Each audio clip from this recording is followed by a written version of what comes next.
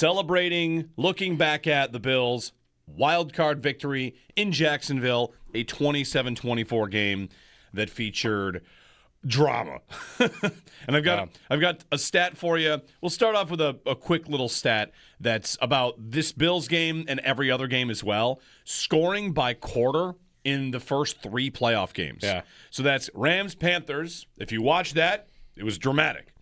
Packers, Bears, dramatic.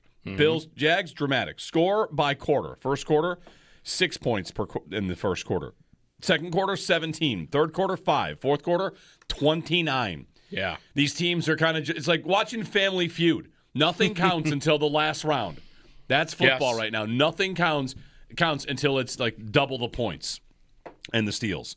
28-plus points in every fourth quarter of the first 3 games. Lots of feel-it-out vibes. And the offenses go nuts. Mayhem is unleashed in the fourth. That written by Carson Breber, who I thought made a nice point there, because that's what these games feel like. Yeah. And the Bills and Jags, each team scores 14 in the fourth.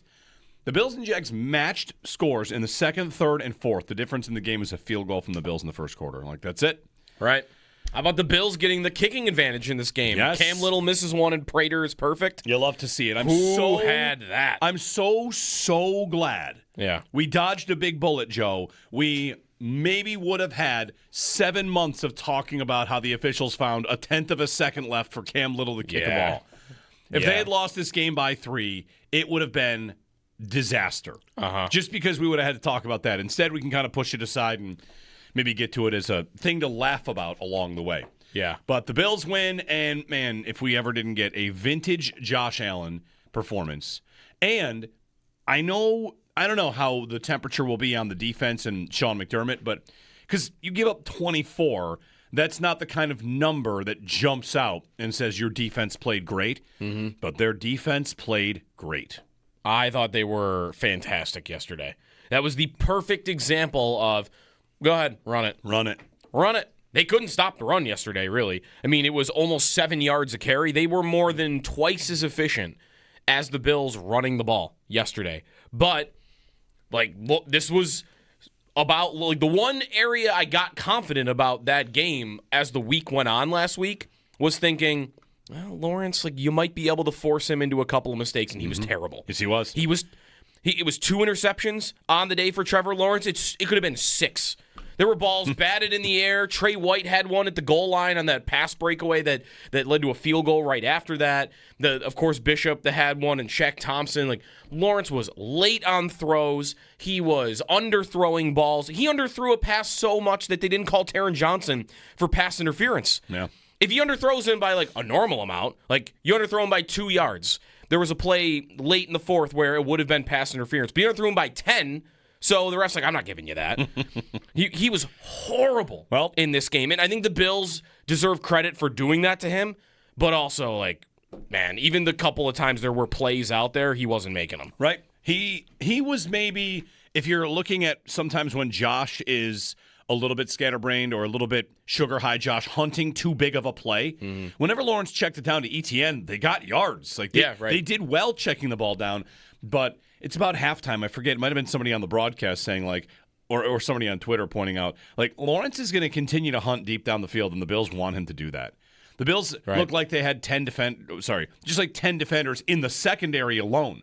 They couldn't really get a big pass rush, but they didn't really need it because Lawrence is going to drop back, hold the ball, wait, and thank you to the individual that sent me the stat ahead of the game that Lawrence leads the league in batted balls. The Bills were ready for that assignment too. Yeah. Deanne Walker, Christian Benford. Lawrence is a guy that gets balls batted at the line of scrimmage, like top 5 in that number year over year over year. And if you can't get to him with the pass rush, you put your hands up in the air and knock a couple down. And the Bills did that as well. So the defense, like if you just go the play-by-play, the drives to start the game, it's a 3 and out, then an interception. Right? They made stops. They made a stop on downs after the Ray Davis fumble on the kickoff.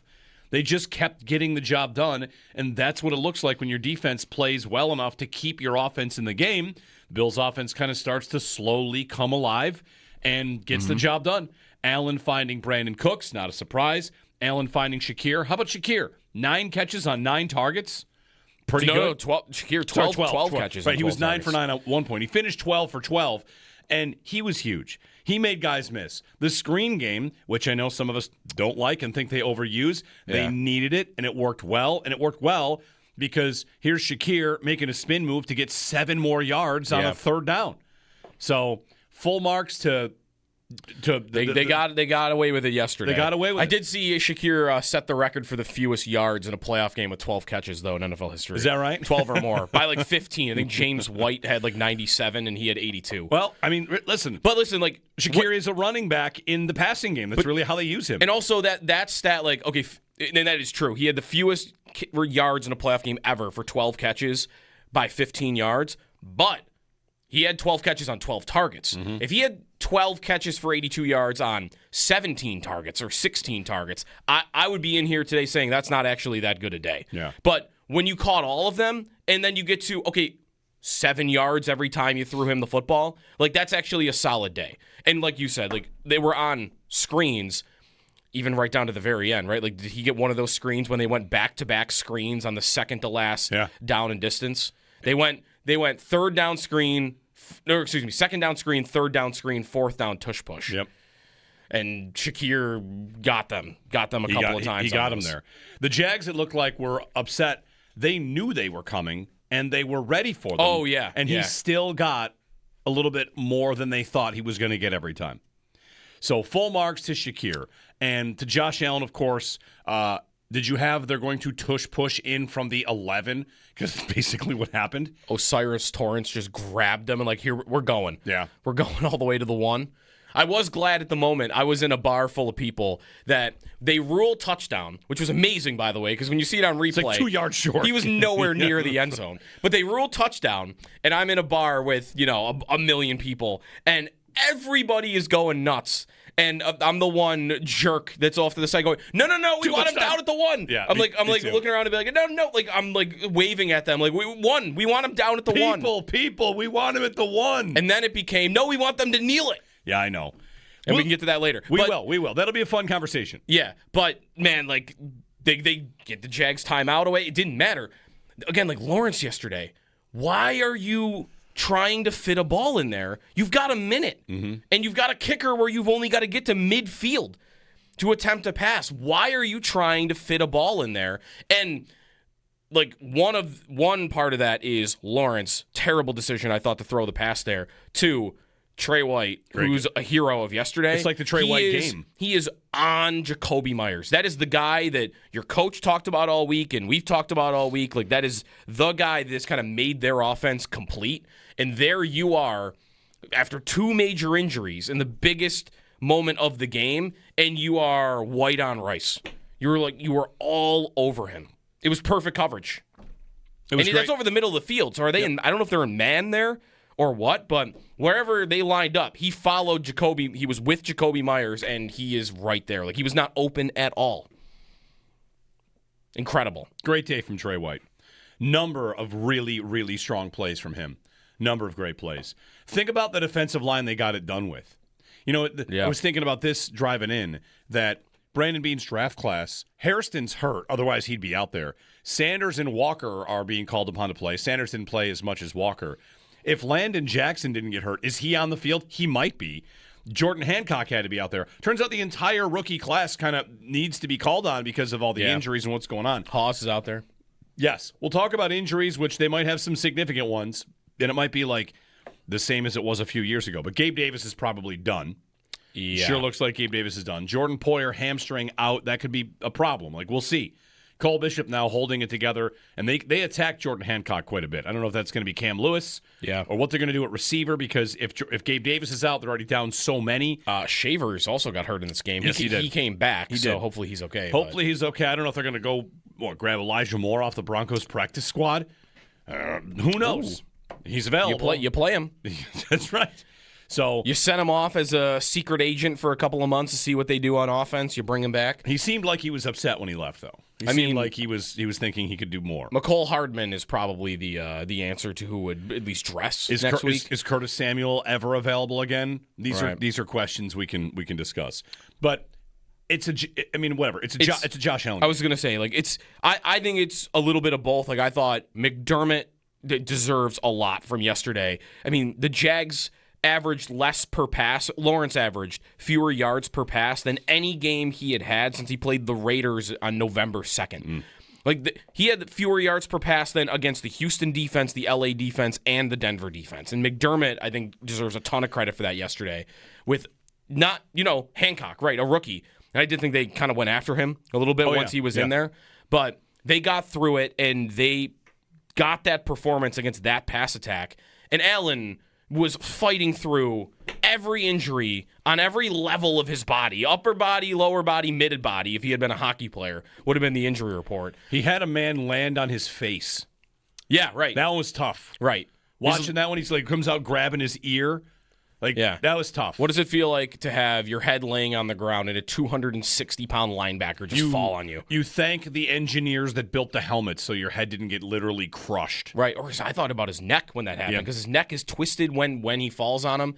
And then the knee, when you saw that replay. That was close. I was like, oh, man, there goes the Super Bowl. That was close. So, he walks off and he just gets through it. And, man, I mean, it's that pass to Cooks. That pass to Cooks is all-time stuff. Did you see Chase Daniel break that down? Yeah. So Chase Daniel, I'll retweet it again this morning if you want to go watch it, because Chase Daniel breaks down this former backup quarterback. What was he, like a mid-round pick? Whatever. He's on Fox, I believe. He's on... I forget the name of his show. He's been on Fox before. ESPN's The Breakdown on YouTube.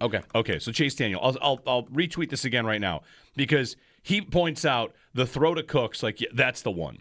That's the one, which is kind of like the throw to Kincaid last year that ultimately ends their season, where you as a defender will be playing against Josh Allen and you'll have a blitz and you have a free runner in his face. So the guys in the secondary think well, all right, this is definitely going to be a shorter throw. He's got to get this out fast. And instead, he throws it by you on the money to Brandon Cooks. And Cooks, listen, he's super important. This has, of course, been the value of a guy that can get open downfield the whole time. I guess, hey, it took a long way to get there, but he got there. And I think the drop that he had wasn't a drop. But whatever, we could talk about that too. He's so important. They needed the whole time someone to do what Cooks is doing, and that's it's just unlocked so much. So anyway, we've got a lot to talk about. I'm not surprised they got run on. I'm not surprised they couldn't run, and I'm not surprised that neither really mattered. Watch the playoffs. The whole regular season, everybody wants to talk about how important it is to run. In the playoffs, it's all about throwing the ball. You have to be able to throw. Why'd Jacksonville lose? Because they couldn't throw. Yeah. Why'd the Bills win? Because they could. How about the Niners? Brock Purdy goes over 300 again. Yep. The Niners win because they can throw. The Rams win because they can throw. The Bears win a comeback because they can throw. Pass and stop the pass. It's what the McDermott Bills have been built on from the start. And yesterday's a game where they pass and stop the pass. So, man, what a day. It was intense. Oh, man. Anxiety level. I find myself, that final drive, this is going to be the last drive. My kids are there. We're still learning football. I'm like, if the Bills don't get the ball into the part of the field that's black, the season ends. Right. I'm just telling them, okay, Dad. Yeah, it's pretty intense, huh? I don't know if they know the stakes. I don't know if they would know what Ryan Clark and Stephen A. Smith would have said if they didn't, but they knew the stakes, and they were excited. So we'll talk about it with you. It's a football Monday and a victory Monday. The Bills will play Denver. We don't know when, but it's probably going to be Saturday. We kind of know. I think we know it's Saturday. It's going to be don't Saturday. know what time on Saturday. It's either going to be 4:30 or it's going to be the 8 o'clock game, 8:15 game. And the other Saturday game is probably going to be the Rams and the Bears, you would think? Yes. Doesn't have to be, but it just kind of makes sense. Look at the team that's playing the team off the bye. And in the case of the Bills and Broncos, you've got the Texans and Steelers playing tonight. They're not going to make that team play on a Saturday. They're going to play on Sunday. So Bills and Broncos will be Saturday at Mile High, and man, primetime Mile High, that'll be Bears theater. The Bears website says that Bears and Rams is on Sunday. So maybe is the Seahawks and Niners game going to be on Saturday? Okay. Yeah, that's what it is. I thought I saw both 1 seeds were going to be playing on Saturday. Okay. In that case, it would. I bet the Bills are going to be the 4 o'clock, the 4:30, because I think you'd put Seattle in primetime. But I could be wrong. That game could be Seattle at 4:30. Yeah, it's Seahawks will host 49ers on Saturday. Okay. So, yeah, those are the two games. Seattle, San Francisco, and Buffalo, Denver. That's Saturday, and then the other two games will be on Sunday. All right. 803-0550. Also, of note, before we get to calls, the Patriots beat the Chargers, and that means officially Highmark is closed. Mm-hmm. Highmark Stadium is done. No more games. We're not going back. We needed the Chargers to win a couple of games. They lost last night. I thought they had a chance to win, and they didn't. Justin Herbert was not particularly sharp, and he also fought for his life the entire game. Yeah. As has been the case. Mo in New Jersey is up to lead us off on Victory Monday. Good morning, Mo. Hey, happy Victory Monday, guys. It's always great to call after a win, but I think it's even more special in the playoffs. Now, there's a lot to talk about, but I am just so damn proud of this team because it just felt like all week, nobody was giving us a chance. The Jaguars were like the hot pick, Super Bowl, this and that. The Bills don't stand a chance. And just watching that game, I still don't know how the game ended the way it did. But we won that game, right? We gave 150 yards on the ground. Josh Allen it was just such a physical game. And, just watching that game, the back and forth, my heart was racing the whole time. And we just pulled it out. I'm so proud of the team. We have the best football player on the planet on our team, and he literally willed this team to win. Now, there's obviously a bunch of guys on this team that played great. Trey is playing out of his mind right now, and I love the guy for it. And Shaq Thompson, he doesn't get enough credit. He played so well yesterday. I know Earl Bernard's our captain on defense, but with Shaq Thompson playing in the middle, this defense has looked a lot better overall. And I'm just really looking forward to the rest of this playoff run. Let's go Buffalo. Yep. Shaq Thompson, great. Huge pick early on. I wondered if that would get in Lawrence's head early. He recovered, Lawrence, and started to play a little bit better. But again, though, he had some plays that were out there that could have been Bishop had one that was starting to fall to him after it had been deflected, and he just couldn't quite get there. I mentioned the Trey White one that almost was a pick. There's another one. There's two Bishop ones. There was one that was deflected by a corner in front of him, and then he almost gets to it. And there's the other one where Deion Walker throws his hand up in the air, which actually probably stopped a big gain because I think the receiver was running behind Trey White and Bishop.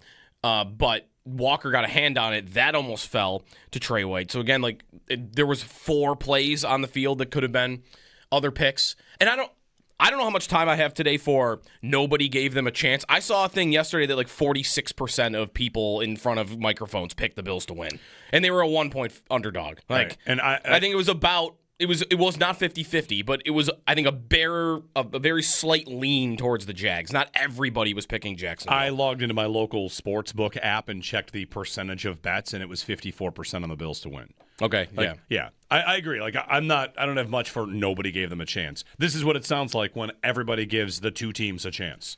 Right. Yesterday, you both have a chance. Yesterday in pregame, I picked 28-27 Jags. I didn't give the Bills a chance. Right. I did nail the Bills' point total. You did. I didn't think the Bills would win the kicking battle, personally. I think the only team that's I don't know. There may be 2 teams that nobody gave a chance in this opening round. That's the Panthers and probably tonight the Steelers. And again, some people do give them a chance, but no, but relative to the rest of it, but when it's 10%, that's you can get away with nobody gave them a chance. I'll tell you, I'm giving the Steelers very little to no chance to win, and if they do, then they can say nobody gave them a chance. All right. 803-0550. Man, watching the Allen touchdown where he twists the knee, I can't even watch it. I can't, even though I know he's okay now. Well, he also grabs it immediately. Right. The fact that he went down and grabbed it, I'm like, oh. Osiris Torrance. Yeah, he's gonna be sore today, Allen. Yes, he is. Part of also me thinking for a lot of the week the Jags were going to win, and then the Bills putting on that performance. I am super impressed by that game yesterday. Yeah. I am totally impressed that they won that football game. That offense was I think you could kind of see the components yesterday that that offense has been really good, and if Lawrence just doesn't make a bunch of stupid throws, that offense, you could see why they got hot. Yeah, Parker Washington started to really do damage. That dude is good. Yeah. He's a good player. He just came out of nowhere. He's was their number 4 at the start of the season, number 5. And ETN is good. You see good pieces on that team. So when you get a performance like that from the Bills defense where they're able to shut down that pass attack, that is why I, 1, thought the Jags would win, and 2, are totally impressed that the Bills were able to stop them. Totally impressed. 803-0550. I picked them to win. Not that anybody has to care who picks who. And I kind of told you during the week last week, I'll probably pick them to win every game, but that doesn't mean I'm picking them to win the Super Bowl. You know, like, all right, now it's the Broncos. What am I going to do? Like, how about now? I'm one game at a time guy. I'm just not going to pick against Josh. I was very much thinking winner of this game goes to the Super Bowl. Right. I wouldn't pick them to win the Super Bowl. Right now, though, I don't know who they're going to play. I could really get to. I'll tell you. They're going to make the Super Bowl on Saturday easily. When the Panthers are up on the Rams. I'm thinking, like, you know what? It wouldn't be so bad if the Rams got knocked out. I'd love the Rams to get knocked out. See, I wasn't thinking that far ahead in that moment, but I was like, hey, you keep Carolina in this playoff. That sounds good. I'm still rooting for Pittsburgh tonight. Right. That easiest field. Yep. Right? Like, give me the easiest. Knock Houston out tonight, and I just got no one left that I'm really that afraid of. Yeah. Respecting, that New England could beat them or anyone could beat them. Maybe not Pittsburgh. But, get Houston out today, and I'm feeling real confident about their chances in the next 2 weeks. Anthony in New York City before the break. Anthony, good morning. Happy Victory Monday. Thank you. Joe? Yeah. Remember you talking about that Keon Coleman was a bust? Well, he showed up yesterday. On one catch he was that no one covered him on? Well, that's whose fault is that? That's their fault. Right. Right, that's what I'm saying. Well, guys, another thing. That Lions got to protect Josh better. He was taking a beating yesterday. He was getting bull rushed a couple of times yesterday. I thought the line did great. I heard McDermott in postgame said this, that because when they talked about McDermott or Allen going to the injury tent a couple times, that he only took 3 hits on the entire day on dropbacks and only took 1 sack. That really all the Allen injury stuff happened either on runs, right? They were quarterback runs that he was getting hit on, or like the touchdown, or he just accidentally hit Osiris Torrance's helmet or whoever's helmet he hit with his right hand. So when he was getting hit, it was on QB runs yesterday. It was not on him dropping back. I thought the line played totally I had solid. flashbacks a little bit to the Chief game last year where it's like, man, I like that this works, but, man, can he not take a hit on everything? Right. Can we get any other idea out of this than just the QB sneak? It's fine. He did slide on a third down short of the stick, so he avoided contact there. I thought pass protection was great. Me too. I mean, when he got free rushers, he handled it. I thought the pass protection ultimately was very good. They kept more guys in for more than 5-man protections. And on Coleman, easy on. He's not a bust because he caught a catch when he was wide open. I'll give him credit for breaking that tackle and getting 20 more yards. I mean, that's the thing he's probably best at, is once the ball is in his hands. I'll say this: they're probably going to need him to play. He didn't play a lot of snaps yesterday. No, but he's probably going to going forward. I mean, no Gabe Davis, no Josh Palmer, probably rest of season. Palmer, we know it's rest of season because he's on IR. Yep. And that's probably going to be the case with Gabe. I mean, you think of those big perimeter receivers, it's just Shavers and Coleman now. They're the last 2 standing. So I think he has to play. He has to play now. And Cooks, yeah, Shavers, Coleman, and Cooks. 803-0550. Thanks for the phone call. 1-888-550-2550. Bills win and set up a game with the Denver Broncos. They'll go to the 1 seed and play in Denver. They haven't played in Denver since they won there, winning the AFC East for the first time. That was a fun game, right? Yeah. The Allen lights them up. That was their last win, right? They haven't played there since then. I don't think so. Okay. Not that I can think of. 803-0550. The chat's responding to Keon Coleman's not a bust anymore. It's fine. Listen, they might need him. It could just be a great story where he ends up with 3 catches and a touchdown in the Super Bowl, and we're like, all right, if he does that, good job, sure, buddy. I'll give not a bust if he does that, even if they trade him after that. Yeah. 803-0550. Victory Monday. Playoff Victory Monday. Man, was intense. I tweeted during the third quarter, are we having fun? The number of... As everyone's heart rate was 140. And it made me think, Howard used to say this, what are we doing to ourselves? Are we sure this is enjoyable? Did he make it? How's he doing this morning? He texted me. He's ready to pick the Bills at 8:30 tomorrow. We made it. On to the next round. All right. Bills-Broncos. It'll be Saturday. We'll talk about this game. If you want to say, hey, I liked this, I didn't like that, we're not going to be the kind of people that are just enjoy it. The place where they talk about the Bills, we're going to talk about the Bills. Lots this week. You can join us. Jeremy White, Sneaky Joe, Victory Monday on WGR.